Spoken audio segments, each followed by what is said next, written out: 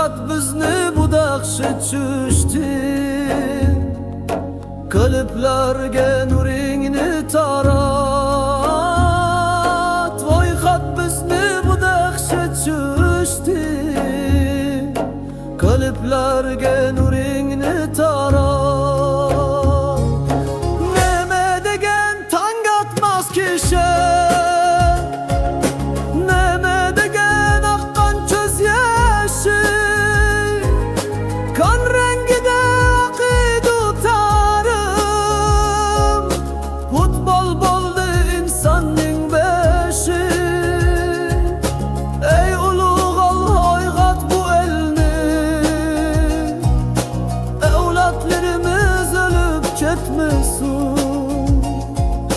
Sanga ibodat qilib xushnasi,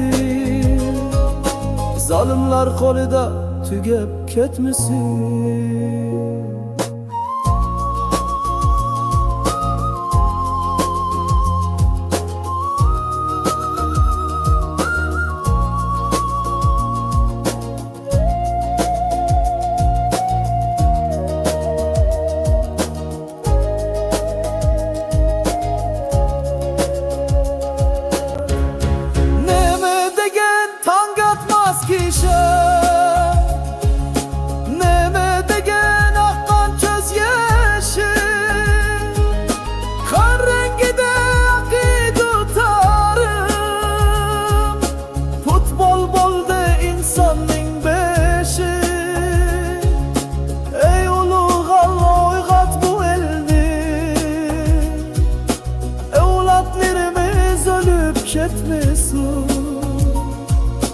Sanga ibodat qilib xushnasi,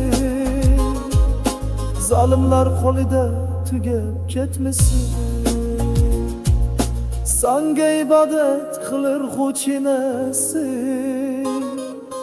zolimlar qo'lida tugab ketmasin.